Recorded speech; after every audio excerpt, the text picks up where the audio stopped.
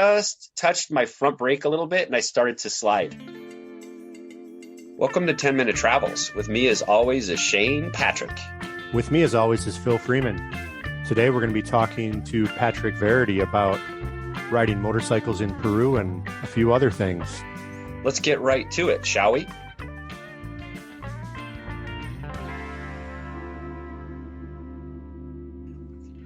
Let's talk about Cerro de Pasco. Cerro de Pasco. This town we had to go through, and we were going through late in the day, and we had a lot of miles of wire in the middle of nowhere. And Cerro de Pasco sits at 14,000 feet, just north of Reserva Nacional de Junín, up in the Andes. It's up in the Altiplano, so 14,000 feet, and it is a copper mine, to the tune of having an open pit right basically where the downtown is.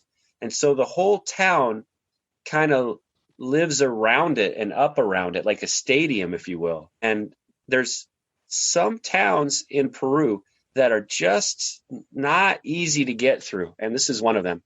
Some people might refer to it as a shithole, but I think it's just interesting. But it's challenging as well, and it's getting a little dark. We're tired, and we're making our way through this town, and it's congested, a lot of congestion, and we're just about to get to the other side of it, and then what happens?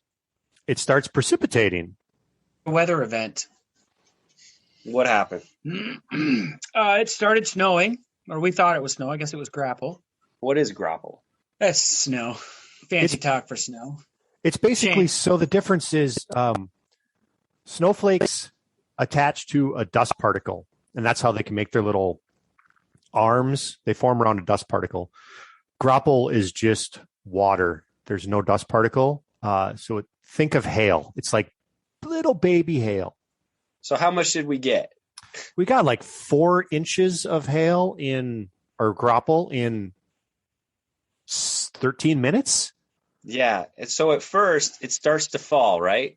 So there's isn't this cute? Hail, tuk-tuks and buses and wet surface, 14,000 feet. You can't breathe. And I got in my mind, probably I'm more anxious than anybody because I know that we have another 100 miles to go and it's almost getting dark.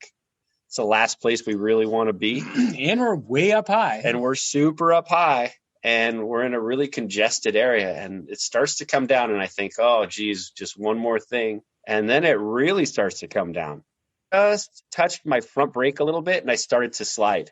And that's where we needed to cut it. It just continued to come down, right?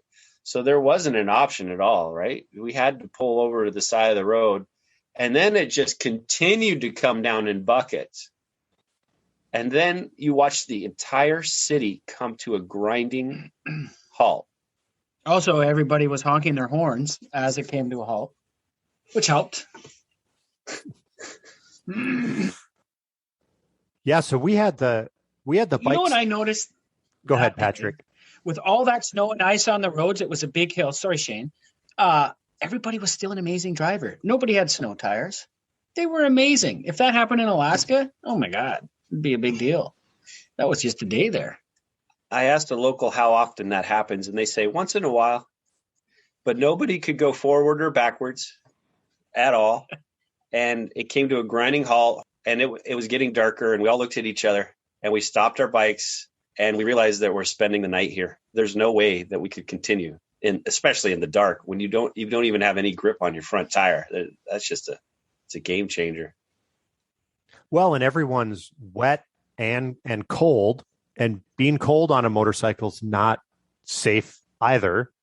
And where we were on like a kind of it was a median little baby park sort of thing. There were the road we were on and then the lower one that came up to it.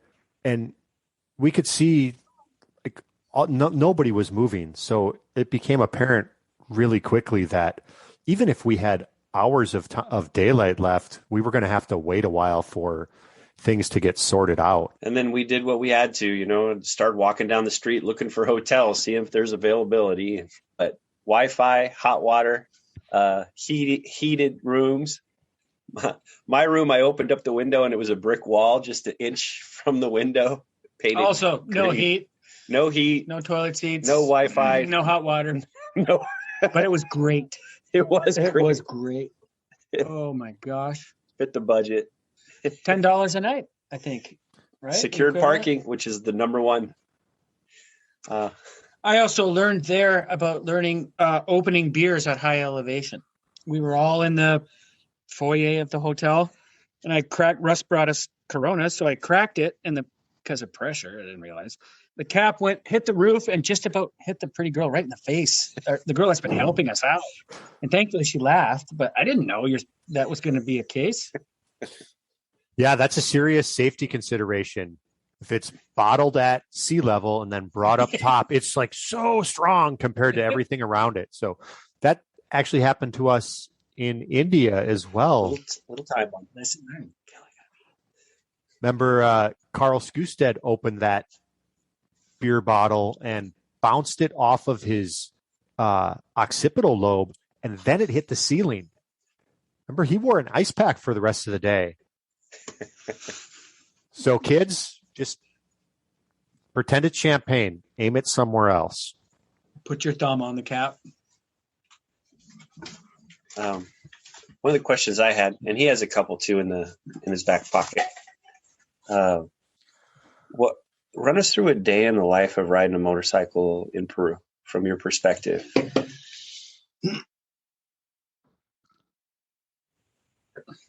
The greatest feeling in the world for me. Open your beer first. That's not beer, Mom.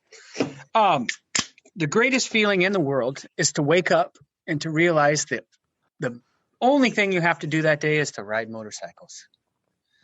So I'd wake up with a smile, and then I'd realize I was pretty cold. So I put some clothes on. I'd test the water in the shower, but it was also cold. So I put my clothes on. And then one of our esteemed colleagues, we'd all be ready to ride, and he would be about another hour putting his gear on. The Irish Flash. Yeah, realizing he forgot this or that. And also, like, the mornings it didn't happen, but every night Shane would politely pull me aside and let me know the mistakes I made. And I made a few. Oh. Run us through the day, though. You're still in the morning. Come sorry about that. Yeah. You jumped all the way. You're right. If it was a place that we had coffee, we would have coffee, and it would be wonderful. Maybe some breakfast, get on the bike, ride. Okay, get on the bike, get ready to ride, and then realize the 850 wouldn't start. So get off the bike, take your gear off. We would have 5 Hondas with their exhaust pointing at the at the 850 because we thought the warmth would start it. That really wasn't the case. That didn't work.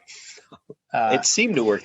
You would take a tether, webbing from your bike, and it would go to the 850 and wrap around the foot peg, right? Yeah. And then you would just tow like a And he would hold his foot on which was smart so that he could release it. Yeah. So it was safe. But still, there was I remember watching you guys going, because it was close. Like, thankfully, you're both tall with tall bikes, and you made it work. But, geez. Keep going through the day. Oh, so we're on the bikes. We get riding. What were the few first thoughts through each day that were running through your mind? Well, it's funny you mentioned that. I always thought I was an atheist. Turns out I'm not. I would say a couple prayers on the bike. Describe some of the scenes that you saw that were unbelievable traffic scenes or scenery or something that you saw. And that's the first time I've ever experienced it. That happened while you're in your helmet. I think everything. I mean, it was like, I hate to say this, especially because you have a business. Riding in Alaska sucks. Riding in Peru is awesome. Why? Everything. Twisties. We have 3 twisties here in Alaska, and they're at Hatcher's Pass, and it's really just 1.5 twisties. Okay? It's another difference. The drivers, the fact that you can ride without worrying about being on the internet later, that's nice. Because not only that, the Peruvians are like, those guys are idiots. They ride like Sally's. Where here, it's like, oh, some guy was on his back wheel passing on both sides. Imagine a Peruvian on the Seward Highway. Passing on all sides. Like the Seward Highway, it's a 2-lane road, is a 4-lane road in Peru. Easy. 5, 6.